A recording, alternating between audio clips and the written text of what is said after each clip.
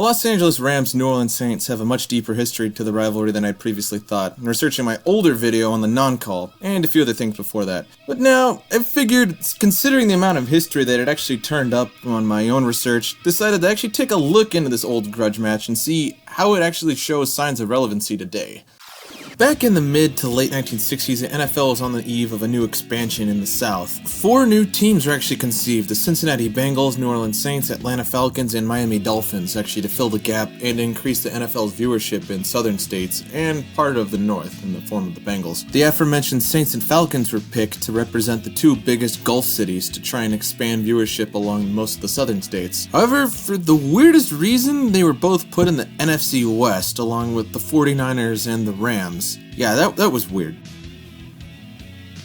The Rams were already a stalwart franchise of the NFL, having been founded in 1937 and relocating to Los Angeles in 1946. They're already 2-time NFL champions by that point of the matchup, and began with the Saints' inaugural kickoff against the Rams in September of 1967. Although they scored on their inaugural kickoff, they were thoroughly beaten down by the fearsome foursome 27-13 in the very first game of their existence. Yeah, the Saints were pretty irrelevant until 1971, but in that time they put up 4 losses to the Rams in a row, until this guy named Archie Manning arrived.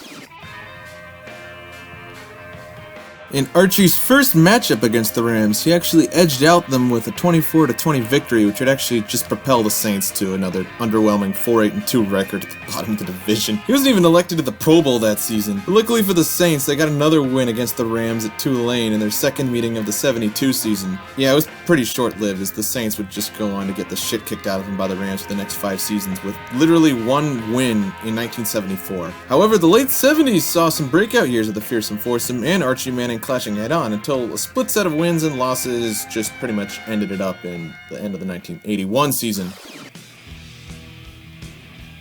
Archie, it seemed, had enough of getting his ass kicked for a whole decade and decided to move further west to Houston. Along with his departure, both sides ended up losing key pieces of the matchup, and in the downfall of the last member of the fearsome foursome, Larry Brooks retired that same season. From then on out, the matchup seemed to favor the Saints. Yeah, the problem was this Bill Walsh guy came and kind of destroyed the entire division and won 4 Super Bowls. The Rams were competitive, but honestly, it was only for a brief period at the end of the 1980s. They made 2 NFC Championship appearances, while the Saints only managed their first playoff appearance in 1987. The Rams were outgunning almost everyone in the division apart from the 49ers. The Saints only held them to 3 wins between 1986 and 1989, though. And don't worry, the rivalry had a pretty relevant game. In fact, in 1989, both teams completely destroyed each other's secondaries and put up the NFL record for most receiving yards recorded in a single game. Went into overtime, ending up with a Rams victory, but nonetheless, I mean, it's proof there was some exciting football to be had in the hated rivalry.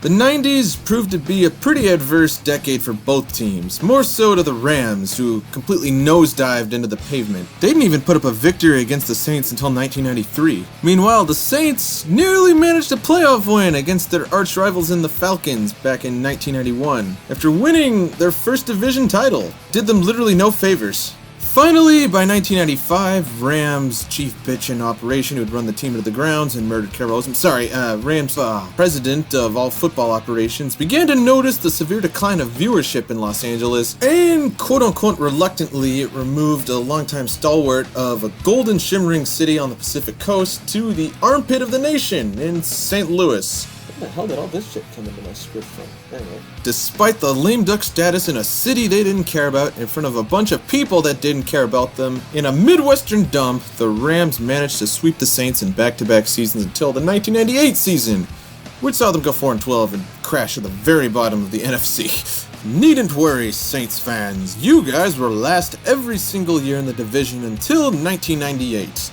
Well, you see, it gets kind of worse for you Saints fans. You see, the Rams picked up this guy they fished out of a grocery store by the name of Kurt Warner, along with his buddies Isaac Bruce, Torrey Holt, Marshall Falk, Enos Williams, Dick Vermeil, and Orlando Pace. They completely murdered every single person in the division, completely reinventing the way people look at NFL offenses, going 13-3, and winning a Super Bowl. The Saints, by this point, had just begun beating a dead horse in the form of Mike Ditka wandering onto a football field without any knowledge of how to run a pretty bad organization. and as a result they were completely obliterated by the Rams, 42-12 in the TWA Dome. That was pretty horrible. Fortunately, the Rams spared them, only losing 30-14 2 weeks later, all on their way to cross the Gulf to Atlanta and catch the Titans 1 yard short of expectations. The Saints, it seemed, would get the last laugh of the new millennium. Well, for one brief moment. Under new head coach Jim Haslett, they'd scraped together a 10-6 season and actually edged out the Rams to take home the title of the NFC West, led by new quarterback Mark Bulger, running back Ricky Williams, and new receiver Joe Horn. And as if by fate, they'd met their old rivals in the Rams in the NFC wildcard that season. Yeah, unfortunately for the Rams, fate came back, and the Rams stumbled to a 29-31 loss at the hands of the Saints. Only for the Saints to lose to the Vikings. Hopefully that doesn't become a theme of the Vikings years down the road. Sorry, not sorry, Saints fans.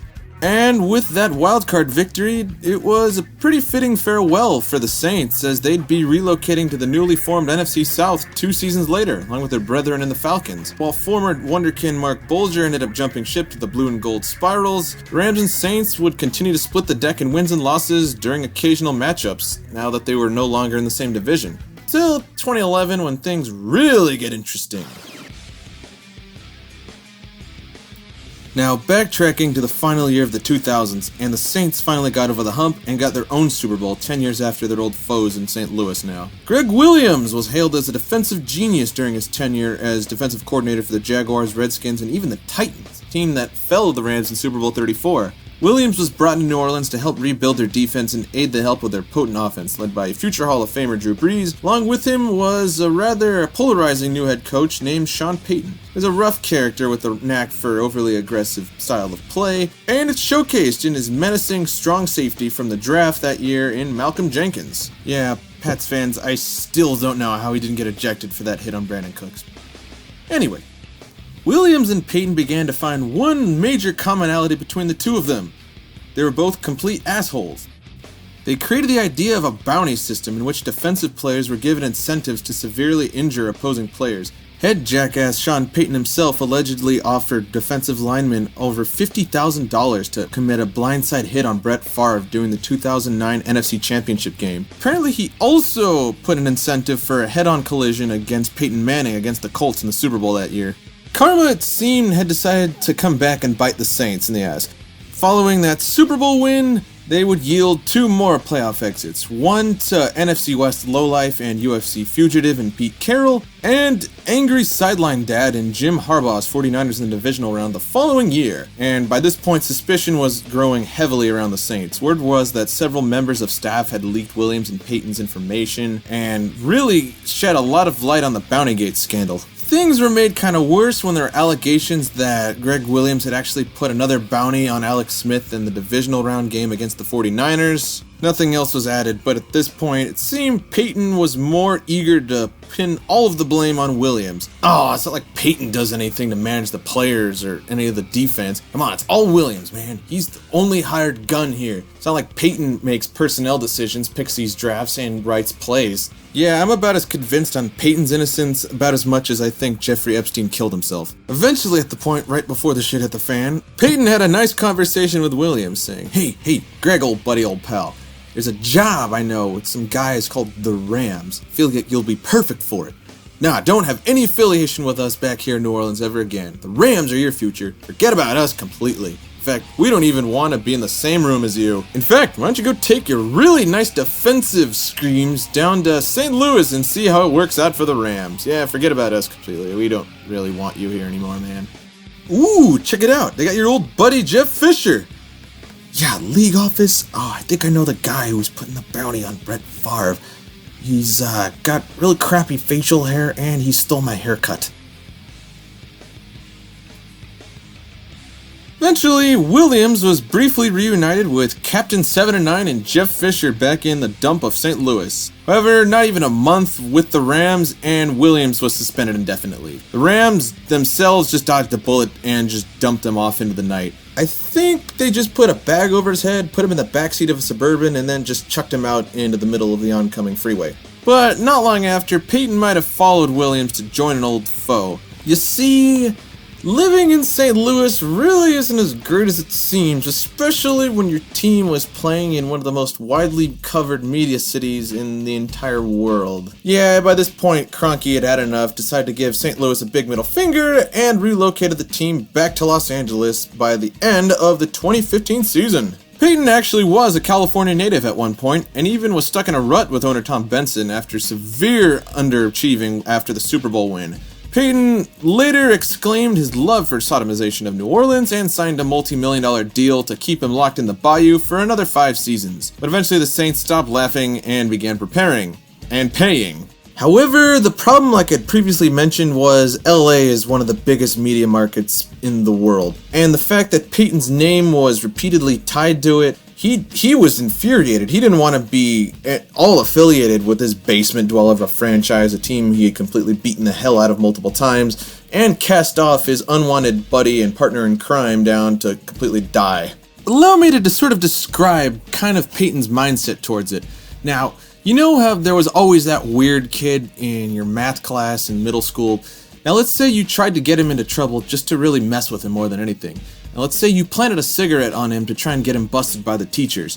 In this case, it completely backfired and the teacher catches you trying to plant the cigarette on him. That's pretty much Peyton's experience with trying to cast off Greg Williams to the Rams. Except afterwards, not only does that kid you tried to pick on, not only does he shrug off what you did, but now everyone's feeling so sympathetic towards him, and everyone keeps laughing at you. And in the process, you fade him to obscurity while that kid you tried to get in trouble ends up becoming the most popular kid at the end of the school year. Anyway, going back to the Rams, by this point, Kroenke was tired of playing in an outdated, decrepit dome in the middle of a Midwestern armpit market, and just decided to throw several $billion at a massive domed stadium in Inglewood. Alright, let's see who they play now that they're back. This is interesting. The Rams were armed with their rookie first overall pick quarterback Jared Goff, and human Chevy Tahoe and Aaron Donald. Despite their best efforts, the Rams let the Saints slip away in a pretty disastrous 4-12 campaign that saw Captain 7-9 given the door 2 weeks later, and Goff luckily didn't end up like another Midwestern washout like Case Keenum, Nick Foles, Vince Young, or Sam Bradford. That knockdown of the Rams ended up making them get up even stronger than ever, and they were back armed and dangerous, with brand new former Redskins offensive coordinator and new young gun Sean McVay leading the charge, and defensive veteran Wade Phillips. It retooled the Rams to become an offensive powerhouse and a defensive wall. The Rams would go 11-5 in 2017, including a nice little revenge game against Derek Zoolander in the LA Coliseum. Armed with a talented young running back, though, by the name of Alvin Kamara, Peyton seemed was eager to one-up the Rams' talented young running back by the name of Todd Gurley. Remember this guy? He grew up watching a Southern rival back in North Carolina, went to school becoming a fan of the Saints' deadliest rivals across the Gulf in Georgia. Anyway, Kamara nearly pulled it off against the greatest show on crappy rented LA Coliseum grass and managed 13 more rushing yards against the Rams that game.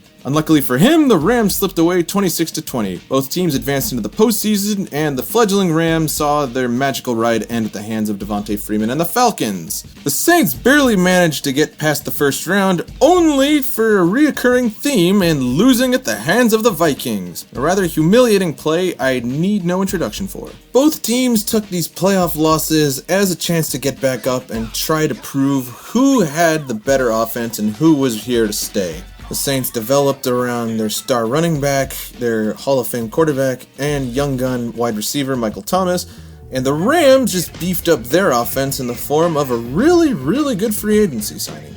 Enter Brandon Cooks. Cooks was initially drafted by New Orleans, but due to personnel decisions, ended up just defecting to New England. From there, he received this pretty controversial head-on collision from Malcolm Jenkins in the Super Bowl, which may or may not have led to one of the most toxic events I'd ever witnessed. God, I wish that Super Bowl never happened. Anyway, after the Patriots lost that ill-fated Super Bowl, Cooks ended up defecting to Los Angeles to help bolster an already pretty up-and-up offense, ended up upgrading former wide receiver Sammy Watkins, who was later flipped to the Chiefs.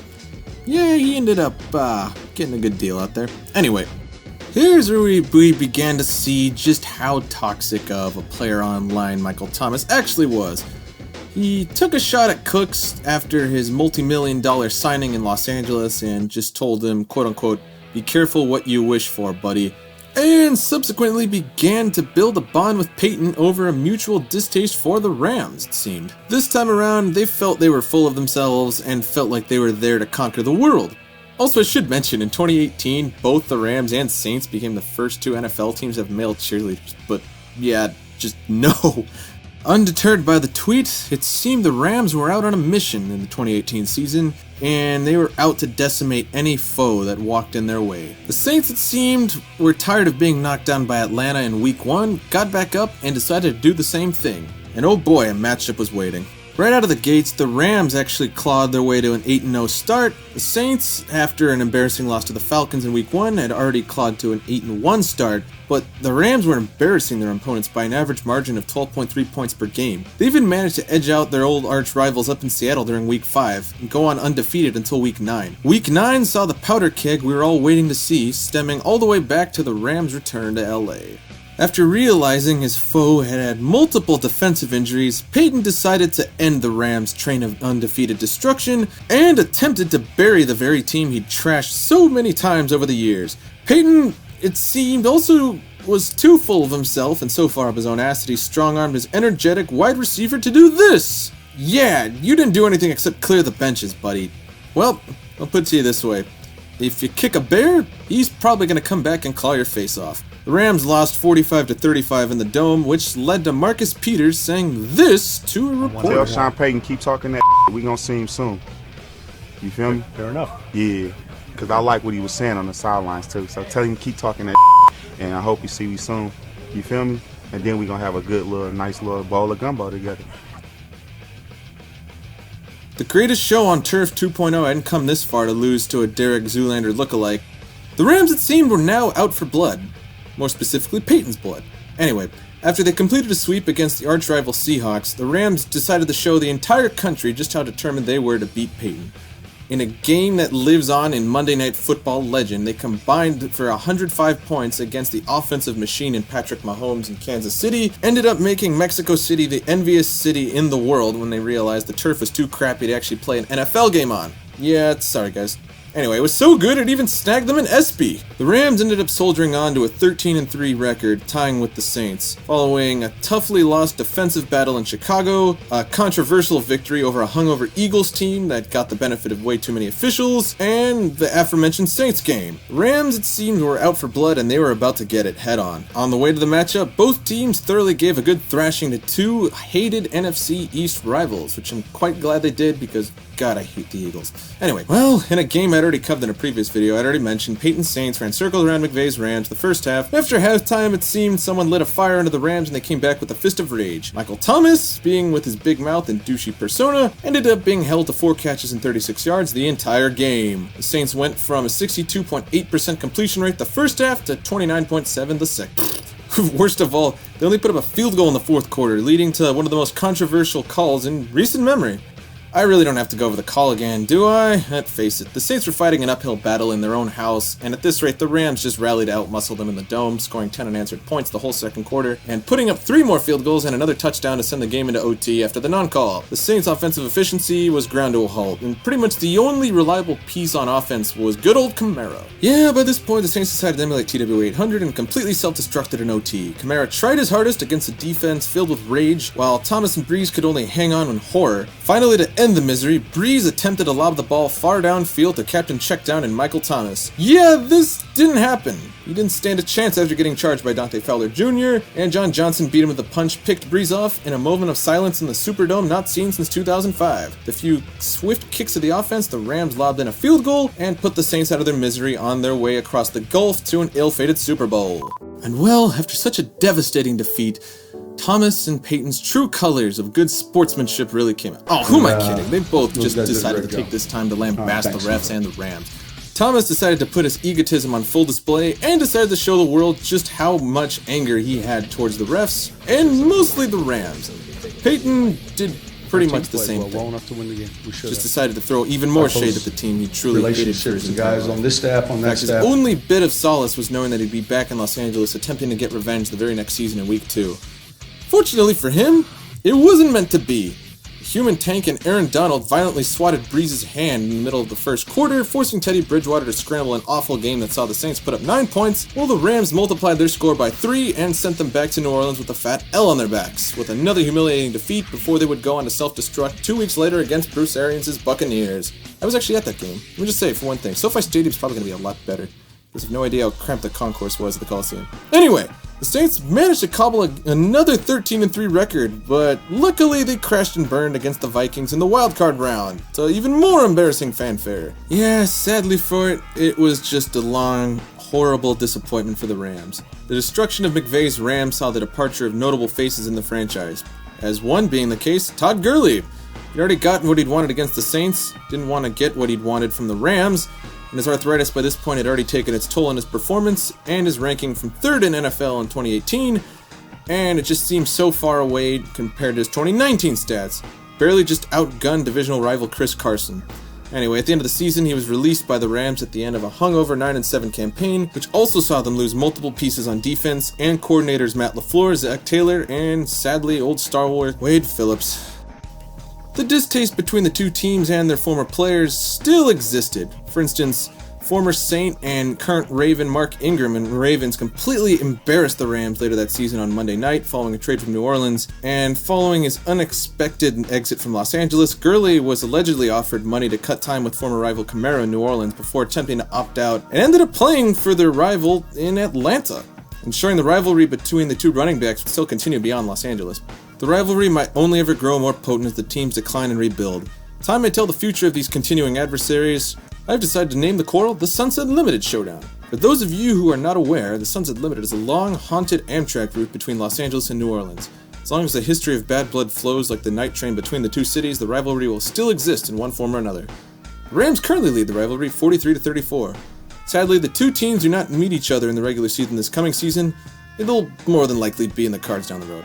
Although, I was expecting a good-fought battle between the two down the road. Anyway, it took me a lot of research to produce all of that, guys, and I hope you really liked it.